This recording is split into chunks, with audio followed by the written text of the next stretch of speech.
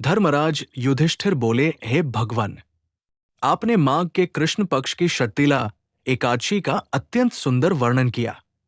आप स्वदेज, अंडज, उद्भिज और जरायु चारों प्रकार के जीवों के उत्पन्न, पालन तथा नाश करने वाले हैं।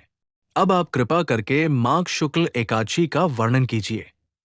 इसका क्या नाम है, इसके व्रत की क्या विधि है और इसमें कौन से देवता का पूजन किया जाता है?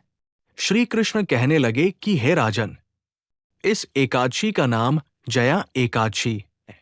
इसका व्रत करने से मनुष्य ब्रह्मा हत्यादि पापों से छूटकर मोक्ष को प्राप्त होता है तथा इसके प्रभाव से भूत, पिशाच आदि योनियों से मुक्त हो जाता है।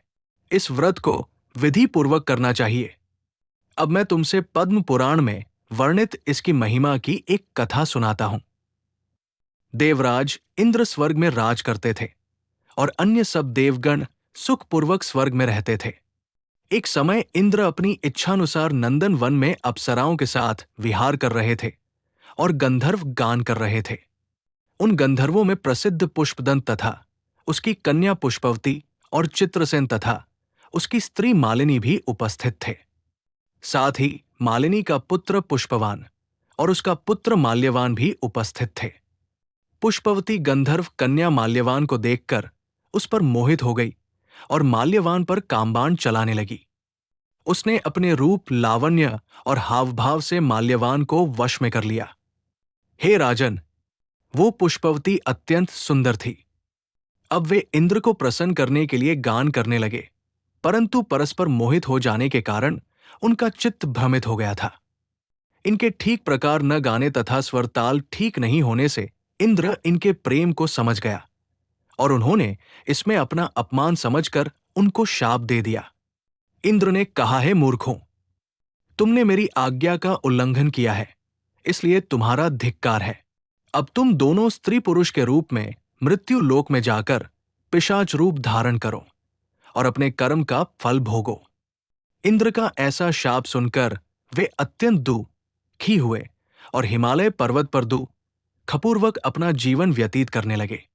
उन्हें गंध, रस तथा स्पर्श आदि का कुछ भी ज्ञान नहीं था। वहां उनको महान दुख मिल रहे थे। उन्हें एक क्षण के लिए भी निद्रा नहीं आती थी। उस जगह अत्यंत शीत था। इससे उनके रोंगटे खड़े रहते और मारे शीत के दांत बचते रहते। एक दिन पिशाच ने अपनी स्त्री से कहा कि पिछले जन्म में हमने ऐसे कौन से पाप किए थे जिससे हमको ये दुखदाई पिशाच योनि प्राप्त हुई। इस पिशाच योनि से तो नरक के दुख सहना ही उत्तम है। अत हमें अब किसी प्रकार का पाप नहीं करना चाहिए। इस प्रकार विचार करते हुए वे अपने दिन व्यतीत कर रहे थे। दैवयोग से तभी माघ मास में शुक्ल पक्ष की जया नामक एकादशी आई। उस दिन उन्होंने कुछ भी भोजन नहीं किया और न कोई पाप कर्म ही किया। केवल फल फूल खाकर ही दिन व्यतीत किया और सायंकाल के समय महान दुख से पीपल के वृक्ष के नीचे बैठ गए। उस समय सूर्य भगवान अस्त हो रहे थे। उस रात को अत्यंत ठंड थी। इस कारण वे दोनों शीत के मारे अति दुखित होकर मृतक के समान आपस में चिपटे हुए पड़े रहे। उस रात्रि को उनको निद्रा भी नहीं आई। हे राजन, जया एकादशी के उपवास और रात्रि के जागरण से दूसरे दिन प्रभात होते ही उनकी पिशाच योनि छूट गई। अत्यंत सुंदर गंधर्व और अप्सरा की देह धारण कर सुंदर वस्त्राभूषणों से अलंकृत होकर उन्होंने स्वर्गलोक को प्रस्थान किया। उस समय आकाश में देवता उनकी स्तुति करते हुए पुष्प वर्षा करने लगे। स्वर्गलोक में जाकर इन दोनों ने देवराज इंद्र को प्रणाम किया। इंद्र इनको पहले रूप में देखकर अत्यंत आश्चर्यचकित हुआ और पूछने लगा कि तुमने अपनी पिशाच योनि से किस तरह छुटकारा पाया, सो सब बता लाओ। माल्यवान बोले कि हे देवेंद्र, भगवान विष्णु की कृपा और जया एकादशी के व्रत के प्रभाव से ही हमारी पिशाच देह छूटी है।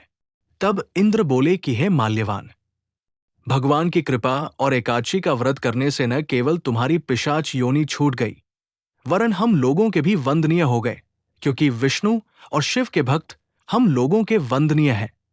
अत आप धन्य हैं। अब आप पुष्पवती के साथ जाकर विहार करो।